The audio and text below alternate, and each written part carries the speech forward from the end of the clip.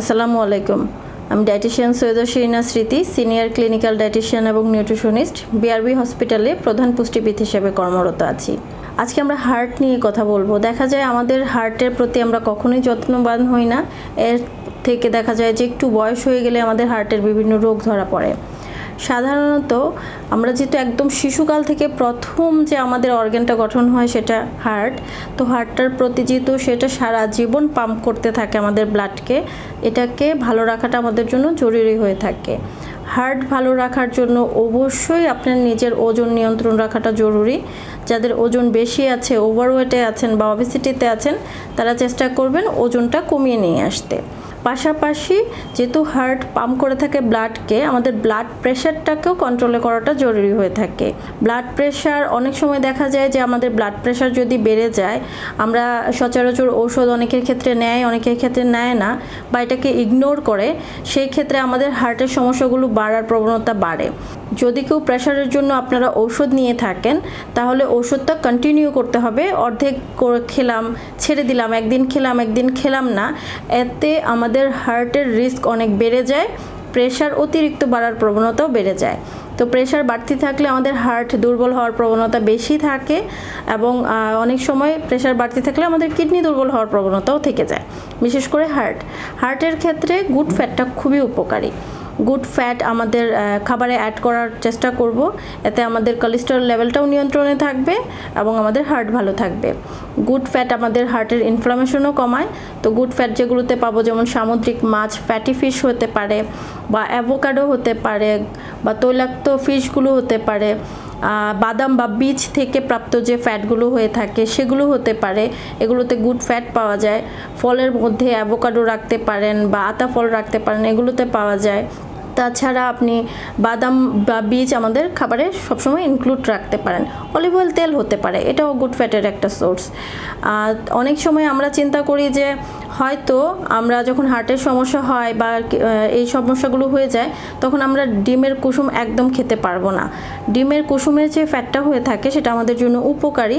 তো যদি প্রেশার অতিরিক্ত বেড়ে না যায়, যেহেতু ডিমের কুসুমে সোডিয়াম থাকে, তাহলে আপনি একটা ডিম প্রতিদিন ইজিলি কুসুম সহ খেতে পারবেন। কিন্তু যদি প্রেশার অনেক বেশি ফ্ল্যাকচুয়েট করে, অর্থাৎ আপনার একটু ডিমের কুসুম খেলেই প্রেশারটা অনেক বেড়ে যায়, তখন ডিমের কুসুমটা আপনাকে অ্যাভয়েড করতে হচ্ছে।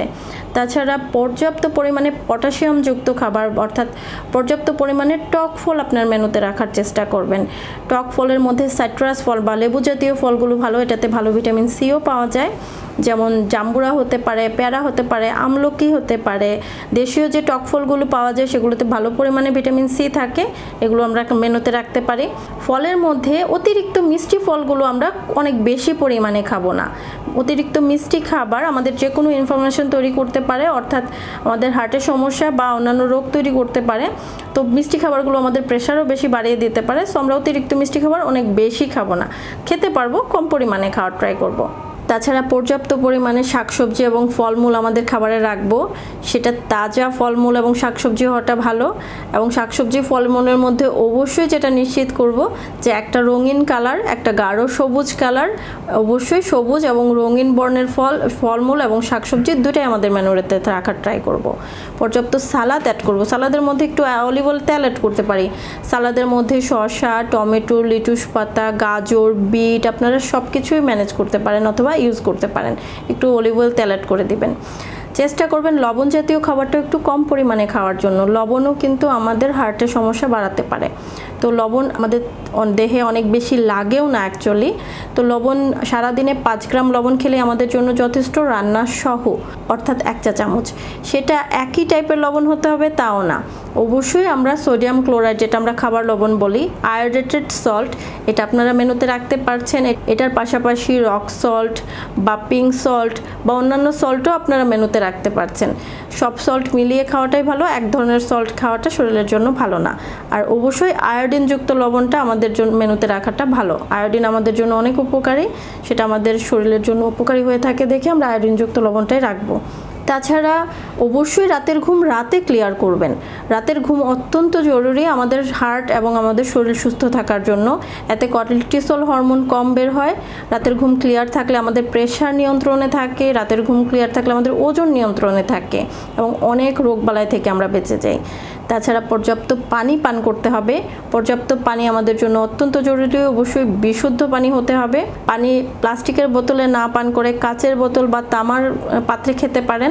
প্লাস্টিকের বোতলে খাওয়ার কারণে কিন্তু আমাদের প্রচুর মাইক্রোপ্লাস্টিক আমাদের হার্ট এবং ব্রেনে চলে যায়, যেটা আমাদের জন্য অনেক ক্ষতিকর। সো এটাও একটু লক্ষ্য রাখবেন। পাশাপাশি ব্যায়াম করবেন, হাঁটবেন। পর্যাপ্ত পরিমাণে হাঁটা এবং ব্যায়াম আমাদের সুস্থতা বজায় রাখে। ন্যূনতম আধা ঘন্টা ব্যায়াম বা হাঁটা আমাদের জন্য অনেক উপকারী এবং আমাদের হার্ট ভালো রাখতে সাহায্য করে।